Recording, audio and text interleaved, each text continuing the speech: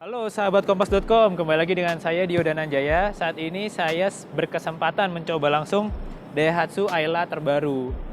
Maret yang kemarin kami sudah first impression Daihatsu Ayla terbaru. Saat ini kita berkesempatan mencoba langsung unit test drive-nya. Saya penasaran bagaimana sih rasa berkendara dari Ayla 2020. Ikuti video berikut.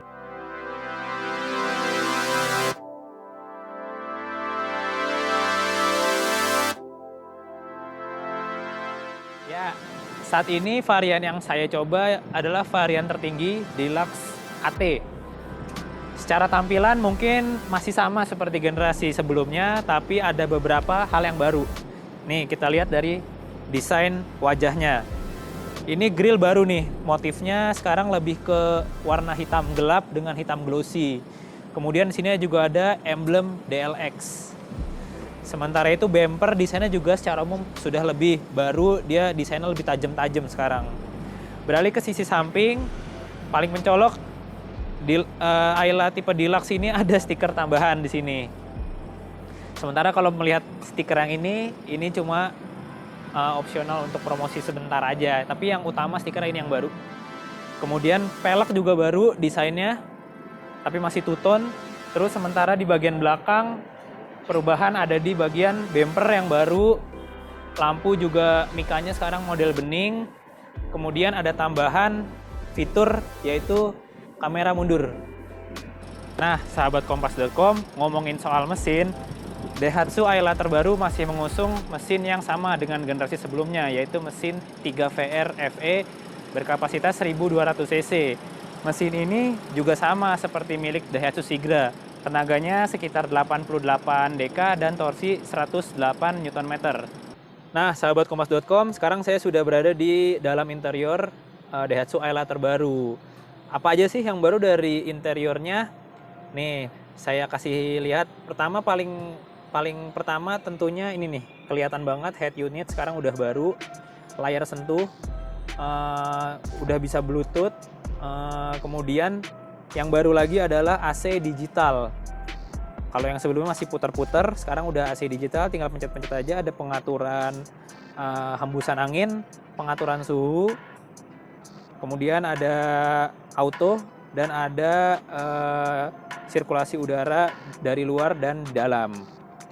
Kemudian yang baru lagi di interiornya Ayla adalah ini, bahan jok fabriknya sekarang motifnya baru, di depan juga, di belakang, sama di bagian sini nih yang saya suka, di bagian dekat pintu, di armrest. Jadi ini kalau kena tangan nih empuk gitu, agak-agak empuk gitu, nggak terlalu keras.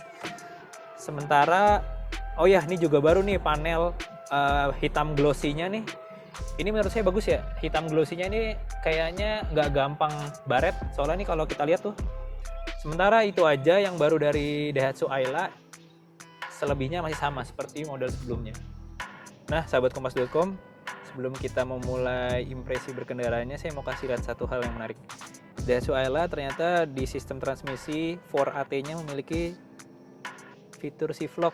Fitur ini sangat berguna saat kita parkir paralel di pinggir jalan. Jadi misalnya kita mau parkir paralel, tinggal kita pencet aja ini dan kita geser kemana, ke N.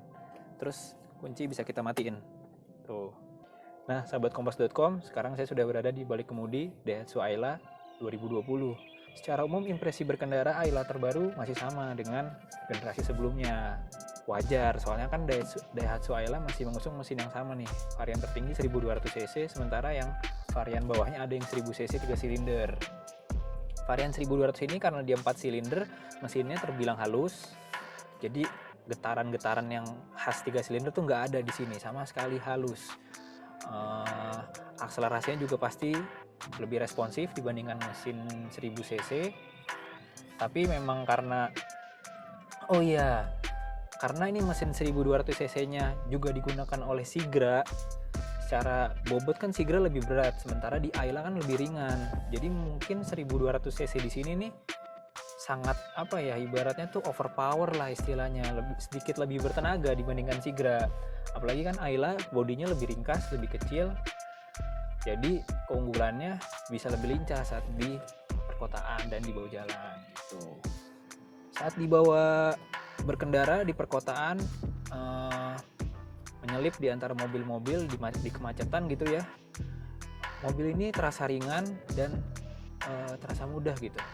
Jadi kita misalnya mau nyalip gampang, tinggal lihat spion kanan kiri semua lengkap, spion tengah juga. Terus paling enak kalau kita mundur sebenarnya sob. Jadi ini misalnya kalau kita mau mundur ya, ini kan udah ada fitur kamera mundur. Terus kita masukin ke gigi mundurnya, otomatis di belakang langsung terlihat nih. Positifnya dia memiliki garis-garis untuk kita menerka gitu jarak di belakang. Jadi nggak kalau nggak ada garisnya kan lebih susah. Nih misalnya ini ada garis kita tahu nih mungkin ini sekitar 1 meter atau 2 meter kita tahu tuh batasnya. Nah gitu. Tapi memang kalau kita putar setirnya dia nggak ngikutin arah garisnya, masih lurus doang. Harusnya kan kebanyakan ada yang ngikutin tuh garis mundur. Ini enggak. Oh iya, saat di bawah parkir ini tadi untuk manuver-manuver saat parkir setirnya juga ringan ya. Ternyata melakukan parkir nih terasa mudah meskipun di daerah yang sempit ini, tapi memang tempatnya agak luas. Tapi misalkan ilustrasinya tempatnya yang sempit, ini saya coba mengikuti garis-garis di belakang ini dan di samping, ternyata mudah loh.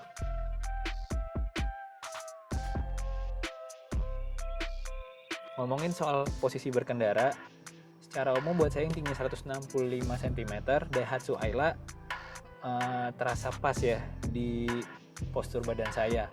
Cuman memang posisi setir nggak bisa diatur lebih fleksibel, soalnya dia nggak ada tilt steering maupun teleskopik. Jadi ini posisinya udah fix. Sebenarnya ini bisa diakali kalau kita mau berkendara, posisi berkendara yang pas, bisa kita majuin nih, contohnya ya. Nih, kalau gini nih posisi tangan pas, tapi posisi kakinya kedeketan jadinya. Jadi saya harus kompromistis nih. Posisi duduknya harus saya mundurin dikit. Nah, ini sebenarnya nggak terlalu pas buat saya, tapi ini dari posisi tangan lebih enak, jadi lebih nggak terlalu pegel. Sementara itu kalau kita bicara ini headrestnya nih buat saya mungkin agak kurang maju sedikit. Jadi kalau kita mau nyenderan ini terlalu mundur gitu ya. Selain itu juga ini posisinya belum terpisah, masih model nyambung, ini istilahnya model jok pocong. Jadi mungkin kalau misalnya bisa diatur kan lebih enak tingginya. Tapi ini buat saya udah pas sih, udah cukup. Nah, sahabat kompas.com, sekarang kita udah masuk ke tahap kesimpulan. Menurut saya, Daihatsu Ayla sebagai mobil murah masih layak untuk dipertimbangkan. Apalagi dia sudah mengusung beberapa fitur baru di eksterior, di interior yang cukup lah untuk membuatnya terasa lebih segar di tahun 2020. Berbicara soal harga, Daihatsu Ayla 2020 kini dihargai mulai 101 jutaan. Angka itu mungkin menurut sebagian orang agak mahal, tapi kalau dibandingkan dengan beberapa LCGC, ini masih di bawah 150 jutaan. Jadi kalau menurut saya, Daihatsu Ayla masih terbilang worth it lah untuk di tahun 2020. Nah, sahabat kompas.com, itu tadi impresi berkendara saya mengenai Daihatsu Ayla 2020.